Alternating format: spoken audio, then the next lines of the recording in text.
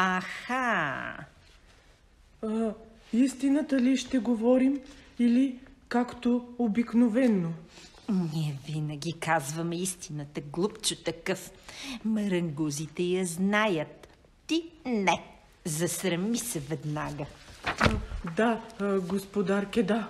Внимание, в ефир сме след 3, 2, 1, старт!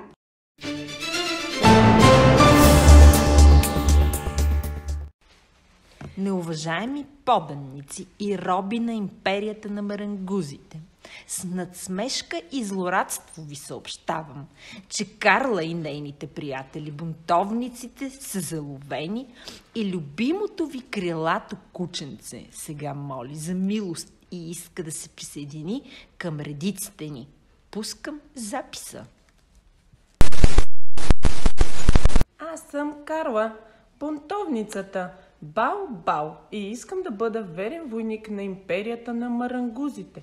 Правя мили очички. Ау, ау, ау.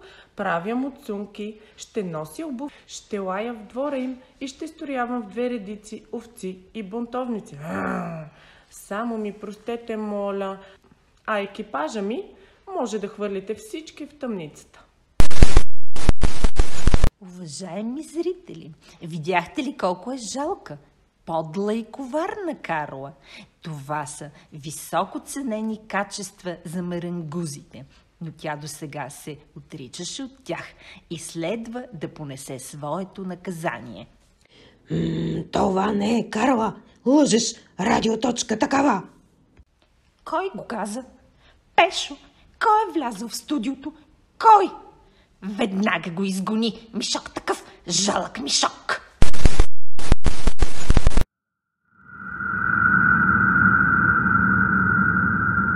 На космическия кораб, който се рее далече